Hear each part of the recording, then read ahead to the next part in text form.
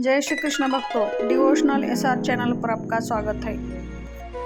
आज हम भगवद गीता का पहला अध्याय, जिसमें अर्जुन युद्ध भूमि में अपने ही संबंधियों को देखकर मानसिक द्वंद्व और विषाद में डूब जाते हैं। यह अध्याय मानव जीवन की उन स्थितियों को दर्शाता है जब हम धर्म, कर्तव्य और भावनाओं के बीच फंस जाते हैं। पूरी गीता को समझने की शुरुआत करें इससे पहले अध्याय से। अध्याय 1, अर्जुन विषाद योग। धृतराष्ट्र और संजय, इनमें अनुवाद होता है। धृतराष्ट्र जानना चाहता है कि धृतराष्ट्र अंधा होता है और वो युद्ध भूमि में, कुरुक्षेत्र में युद्ध चल रहा है, वो देख नहीं सकता। इसलिए अपनी सेना का विवरण और पांडु पुत्र और अपने पुत्र क्या कर रहे हैं ये जानने की कोशिश करता है। संजय को दिव्य दृष्टि का ज्ञान प्राप्त था। वो अपनी दिव्य दृष्टि से कुरुक्षेत्र में सब युद्ध देखकर उसे आंखों देखा हाल सुनाता है। धृतराष्ट्र ने कहा, हे संजय, धर्मभूमि कुरुक्षेत्र में युद्ध की इच्छा से एकत्रित मेरे और पांडु पुत्रों ने क्या किया? संजय ने कहा, उस समय राजा दुर्योधन ने पांडवों की सेना की व्यूह रचना देखकर अपने गुरु द्रोणाचार्य से यह वचन कहा, हे आचार्य, देखिए पांडुपुत्र की उस विशाल सेना को जिसे अपने बुद्धिमान शिष्य द्रुपद पुत्र ने व्यवस्थित किया है।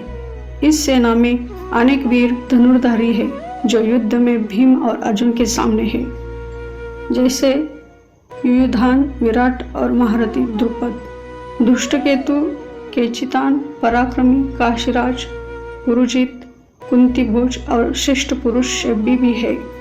विशाल विक्रमशाली यधामन्यु, पराक्रमी उत्तमौजा, सुभद्रा का पुत्र और द्रौपदी के पुत्र, ये सभी महारथी है। अब हमारे पक्ष के भी जो श्रेष्ठ योद्धा है उन्हें सुनो। हे ब्राह्मण श्रेष्ठ, मैं तुम्हारे लिए अपनी सेना के प्रधान सेनापतियों को बताता हूँ। स्वयं भीष्म, कर्ण, कृपाचार्य, अश्वत्थामा, विकर्ण और सोमदत्त का पुत्र भी है। और भी बहुत से वीर योद्धा मेरे लिए प्राण देने को तत्पर है, जो अनेक प्रकार के शस्त्रों से युक्त और युद्ध में निपुण है। हमारी सेना भीष्म द्वारा रक्षित होते हुए भी अपर्याप्त प्रतीत होती है, जबकि पांडवों की सेना भीम द्वारा रक्षित होते हुए भी पर्याप्त प्रतीत होती है। इसलिए आप सभी अपने अपने मोर्चे पर स्थित होकर भीष्म पितामह की रक्षा करें। इसके बाद भीष्म पितामह ने सिंह की तरह गर्जना करते हुए ऊंचे स्वर में शंख बजाया। फिर क्रमशः शंख, नगाड़े, ढोल, मृदंग और तुरही आदि वाद्य यंत्र बजने लगे, जिससे बड़ा शब्द हुआ। उसके बाद श्री कृष्ण और अर्जुन ने भी अपनी दिव्य शंख बजाए। श्री कृष्ण ने पंचजन्य और अर्जुन ने देवदत्त बजाया। भीम ने पांडु नामक शंख बजाया। युधिष्ठिर ने अनंत विजय और नकुल ने सुमुख और सहदेव ने माणिक पुष्प शंख बजाए और युद्ध की घोषणा की। राजा काशी, शिखंडी, धृतराष्ट्र, विराट, सत्याकी, द्रौपदी के पुत्र और अभिमन्यु, इन सब ने भी अपने अपने शंख बजाए। वह शब्द आकाश और पृथ्वी को गूंज कर वीरों के हृदय को कंपित कर देने वाला था, वह शंखनाद। जिसके बाद अर्जुन ने अपना धनुष उठाकर श्री कृष्ण से कहा, हे अच्युतम, कृपा करके रथ को दोनों सेनाओं के बीच ले चलिए, ताकि मैं देख सकूं कि मुझे किन किन लोगों से युद्ध करना है, और मैं देख सकूं कि जो लोग दुर्योधन के पक्ष में खड़े हैं वो कौन कौन है।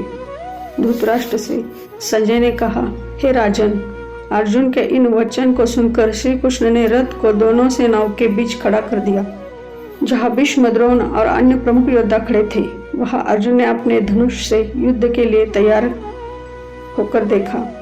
तब उन्होंने देखा कि उनके अपने ही संबंधी, पितामह, गुरुजन, चाचागण, भाई, पुत्र, पोते और मित्र सब युद्ध भूमि में खड़े हैं।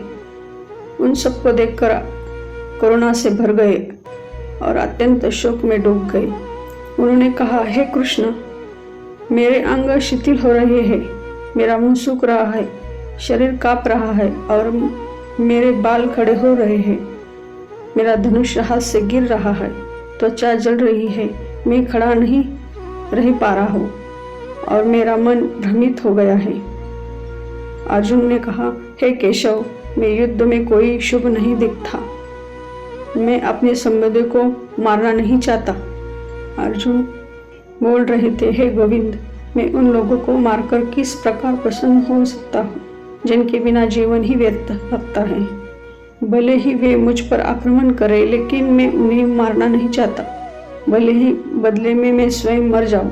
यदि मेरे गुरु पितामह और भाई आदि युद्ध में मारे जाते हैं तो वह विजय भी व्यर्थ होगी। भले ही वो लोभवश धर्म छोड़ चुके हो, लेकिन वे मेरे संबंधी है, इसलिए उन्हें मारना अधर्म होगा। इस युद्ध में विजय से बेहतर होगा कि मैं बिना प्रतिकार किए मारा जाऊं। यह सोचकर अर्जुन ने अपना धनुष और बाण त्याग दिए और युद्ध भूमि में रथ के भीतर बैठ गए। ऐसे अर्जुन विषाद हो गए, दुखी हो गए और श्री कृष्ण से ये सब कहने लगे। तो दूसरे अध्याय में आप सुनेंगे श्री कृष्ण का उपदेश का आरंभ होता है। हमारे जीवन में हर एक दुख का, हर एक समस्या का उत्तर इस भगवद गीता में दिया गया है, जो हमारे जीवन को जीने में सकारात्मकता देता है। श्री कृष्ण ने भगवद गीता में बताया, मनुष्य के जीवन की हर समस्या का हल, हर समस्या का उत्तर, जिसे हम अपने जीवन में उतार कर अपने जीवन को सकारात्मक ऊर्जा से, धर्म से, कर्म से अच्छे से जी सके। इसलिए इस ग्रंथ को अधिक महत्व दिया गया है। हमारी कोशिश यही रहती है कि आपको सरल शब्दों में भगवद गीता का सार समझाए और वो आप अपने जीवन में उतार कर इससे अपने जीवन को समस्या से मुक्त कर सफलता पाए, अपने धर्म और कर्म को अच्छे से निभाए। क्योंकि जब हम धर्म और कर्तव्य और भावनाओं के बीच फंस जाते हैं तो उन स्थिति में मानव के जीवन में हमें ये मार्गदर्शन करता है, जो हमें श्री कृष्ण भगवद गीता में उपदेश देते हैं, बताते हैं। अध्याय दूसरा सुनने के लिए चैनल को सब्सक्राइब करें। अगले वीडियो में हम सुनेंगे श्री कृष्ण का उपदेश। जो पसंद आए तो लाइक शेयर जरूर करें। धन्यवाद। जय श्री